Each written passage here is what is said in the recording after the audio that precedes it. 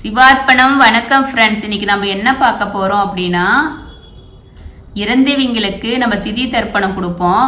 அது எப்போ கொடுப்போம்? அமாவாசைனா கொடுப்போம், இல்லாட்டி இறந்தவங்க திதி வர்ற அன்னைக்கு பார்த்து கொடுப்போம். அந்த திதியில் கொடுக்காதவங்க, திதி பற்றி தெரியாதவங்க, அவங்க இறந்த டேட்டு பிரகாரம் கொடுத்துட்ருப்பாங்க. இதுதான் ஆதி காலத்துலேருந்து தொன்று தொட்டு நடந்துக்கிட்டு இருக்கு. அதுக்குன்னு திதி கொடுக்கறதுக்குன்னு சொல்லிட்டு 7 கோயில் இருக்குது. காசி, ராமேஸ்வரம், ஸ்ரீவாஞ்சியம், திருவெண்காடு, திலதர்ப்பணபுரி, கயா, திருவேணி சங்கமம். இந்த 7 கோயிலில் தான் 7 இடத்துல தர்ப்பணம் கொடுத்தோம்னா முன்னோர்களுக்கு சிறப்பு அப்படின்னு சொல்லிட்டு இதில் தான் வருது திலதர்ப்பணபுரி. இந்த திலதர்ப்பணபுரிக்கு பேர் என்ன? நித்திய அமாவாசை கோவில் அப்படின்னு சொல்லுவாங்க. நாம் இந்த நித்திய அமாவாசை கோயிலை பற்றி தான் நம்ம இன்னைக்கு பார்க்க போகிறோம். முன்னொரு காலத்தில் ஒரு ராஜா இருக்கிறாரு.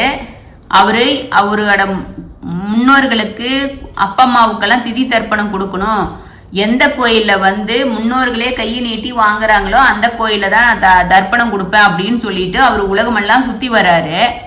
அப்போ நம்ம திலதர்ப்பணபுரி வர்றாரு. இங்கே தர்ப்பணம் கொடுக்கும்போது முன்னோர்களே கையில் வாங்கினாங்க அப்படின்னு சொல்லிட்டு அந்த கோயில் ஐதீகமாக இருக்குது, ஐயர் சொல்கிறாங்க. அதனால இந்த கோயிலை பேர் திலதர்ப்பணபுரி. ஏன் திலதர்ப்பணபுரி அப்படின்னு பேர் வந்துச்சு அப்படின்னா, ராமர் அவரோட அப்பாவுக்காகவும் அவருக்காக இறந்த ஜடாயுக்காகவும் இந்த கோயிலில் பிண்டம் வச்சு தர்ப்பணம் பண்ணினாரு. எள் தர்ப்பணம் பண்ணினதுனால திலதர்ப்பணபுரி அப்படின்னு வந்துச்சு. திலம்னா எள்ளு, அதனால திலதர்ப்பணபுரின்னு வந்துச்சு. அவர் வைக்கும்போது 4 பிண்டம் வச்சு பண்றாரு. மாதா, பிதா, குரு தெய்வத்துக்கு அந்த 4 பிண்டமும் 4 லிங்கமா மாறி நம்ம கோயில்ல முக்தீஸ்வரருக்கு ஆலயத்துக்கு கருவறைக்கு பின்னாடி இருக்கு. ராமரோட சிலையா இருக்கு. மக்கள் வழிபட்டு செல்றாங்க. அந்த கோயில போய் வழிபட்டு வர்றது ரொம்ப சிறப்பு. ஏன் நித்திய அமாவாசை கோயில் அப்படின்னு இந்த கோயிலுக்கு பேர் வந்துச்சு திலதர்ப்பணபுரிக்கு அப்படின்னு சொன்னா, சூரியனும் சந்திரனும் சேர்ந்து வந்தா தான் அமாவாசை. அப்ப சூரியனும் சந்திரனும் இந்த கோயிலில் வருஷம் ஃபுல்லா சேர்ந்து இருக்கிறாங்க. அதனால அதுக்கு நித்திய அமாவாசைன்னு சொல்லிட்டு பேரு. அதுக்கு ஒரு கதை. துரியோதனன் போர் நடக்கும்போது ஜெயிக்கணும் அப்படிங்கிறதுக்காக சகாதேவன்கிட்ட போயிட்டு கேட்குறாரு, நான் எப்போ களபலி கொடுத்து போரை ஸ்டார்ட் பண்ணுனா நான் ஜெயிப்பேன்னு கேட்குறாரு. அதுக்கு சகாதேவன் சொல்கிறாப்புல, நித்திய அமாவாசை டைமில் நீங்கள் களபலி கொடுத்தீங்கன்னா நீ ஜெயிப்ப அப்படின்னு சொல்லிடுறாரு சகாதேவன். இதை தெரிஞ்சுக்கிட்ட கிருஷ்ணர் என்ன பண்ணுறாரு, திடீர்னு ஒரு குளக்கரையில் உட்காந்துட்டு தர்ப்பணம் கொடுக்க ஆரம்பிச்சிடுறாரு. இதை பார்த்துட்டு சூரியனும் சந்திரனும் ஓட்டமாக ஒடியாடுறாங்க. என்ன கிருஷ்ணா, இன்னைக்கு அமாவாசையே இல்லை, நாங்கள் 2 பேரும் சேர்ந்து இருந்தா மட்டும்தான் சேர 4 திதி தான் அமாவாசை, நீ இப்போ இங்கே உட்காந்துக்கிட்டு நீ என்ன பண்ற அப்படின்னு சொல்லி கேட்குறாங்க. அதுக்கு அவர் சொல்றாரு, நீங்க 2 பேரும் இப்போ வந்துட்டீங்களே, அப்ப அமாவாசை தானே அப்படின்னு சொல்லி கிருஷ்ணர் சொல்றாரு. கிருஷ்ணர் இங்க திதி கொடுக்கறதான்னு நினைச்சிட்டு துரியோதனன் என்ன பண்றான், அவன் களப்பலி கொடுத்துட்றான்.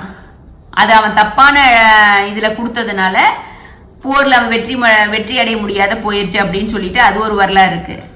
அதனால இப்ப அவங்க சூரியனும் சந்திரனும் சேர்ந்து வந்ததுனால இந்த கோயில் நித்திய அமாவாசை கோயில் அப்படின்னு சொல்லிட்டு பேரு. சூரியனும் சந்திரனும் வருஷம் ஃபுல்லா நம்ம சிவபெருமான வழிபட்டு வர்ற அங்க திதி தர்ப்பணம் கொடுக்குறவங்களுக்கு நித்திய அமாவாசையா அங்க இருக்காங்க. அதனால யார் எந்த டைம் தெரியாதவங்க நீங்க பித்திருக்களுக்கு தர்ப்பணம் கொடுக்கணும் அப்படின்னு சொன்னா நித்திய அமாவாசை கோயில்ல போய் கொடுக்கறது சிறப்பு. ராமர் அவரோட முன்னோர்களுக்கு திதி தர்ப்பணம் கொடுக்கும்போது சிவபெருமான் அந்த தர்ப்பணங்களை ஏத்துக்கிட்டு அவங்களுக்கு பித்திருக்களுக்கு முக்தி கொடுத்தாரு. அதுல இன்னொன்னு என்ன சிறப்பு அப்படின்னா, ஆதி விநாயகர் இருக்கிறாரு. தும்பிக்கை இல்லாத விநாயகர் மனித ரூபத்துல இருக்கிறாரு. இது 7ஆம் நூற்றாண்டை சேர்ந்த கோயில். அந்த விநாயகருக்கு என்ன சிறப்பு அப்படின்னா, திருமணம் ஆகாதவங்களுக்கு திருமண தடைய நீக்கி கொடுக்கும். ஜாதகத்துல தோஷம் இருக்கிறீங்க அங்க விநாயகர் வழிபட்டா சிறப்பு. மட்ட தேங்காயை விநாயகருக்கு கொடுத்து பூஜை பண்ணுனா அவங்களுக்கு எல்லா காரியங்களும் வெற்றி அடையும், சக்தி மிகுந்த நம்ம ஆதி விநாயகரை வழிபடணும் அப்படின்னு சொல்லிட்டு சொல்லுவாங்க. சிவபெருமான் இந்த கோவில்ல முக்தீஸ்வரராகவும் பார்வதி தேவி சுவர்ணவல்லியாகவும் அருள்வளிக்கிறாரு. தும்பிக்கை இல்லாத விநாயகர் இந்த கோயில்ல இருக்கிறாரு. 4 கைகளுடன் முருகர், வள்ளி மற்றும் தெய்வானியுடன் காட்சி அளிக்கிறாரு. சிதலபதி முக்தீஸ்வரர் கோயில் பாடப்பெற்ற தலங்கள்ல ஒன்று. இந்த கோவிலை பற்றி தேவாரத்துல பாடப்பட்டிருக்கு. கஜலட்சுமி, நவகிரகங்கள், பைரவமூர்த்தி, ஸ்ரீதேவி மற்றும் பூஜையுடன் பெருமாள், சண்டிகேஸ்வர், விஷ்ணு, பிரம்மா, தட்சிணாமூர்த்தி, துர்க்கை ஆகிய தெய்வங்களும் தனி சன்னதியில இருக்காங்க. சூரியன் மற்றும் சந்திரன் ஆகிய 2 கிரகங்களும் தனித்தனி சன்னதியில இருக்காங்க. சூரியன் மற்றும் சந்திரன் ஆகிய 2 கிரகங்கள் சேர்ந்து இருப்பது தான் அமாவாசை திதியா இருக்குது. இந்த கோயில்ல அவங்க 2 பேரும் எப்போதும் சேர்ந்து இருக்காங்க.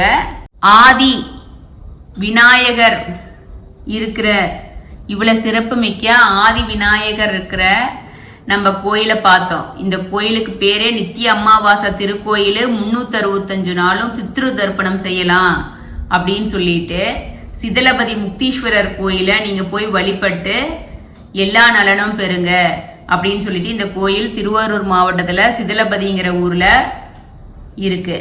நீங்க இதை கூகுள் மேப்ல நித்திய அமாவாசை கோயில் அப்படின்னு சொல்லி போட்டாவே வந்துடும். சிதலபதி முக்தீஸ்வரர் கோயில் சொல்லி போட்டிங்கன்னா வந்துடும். அதனால உங்களுக்கு நீங்கள் எப்போதுமே முன்னோர்களுக்கு திதி கொடுக்கணும்னா நீங்கள் இந்த கோயிலில் போய் பண்ணுறது சிறப்பு. Okay, thank you friends. சிவார்ப்பணம்.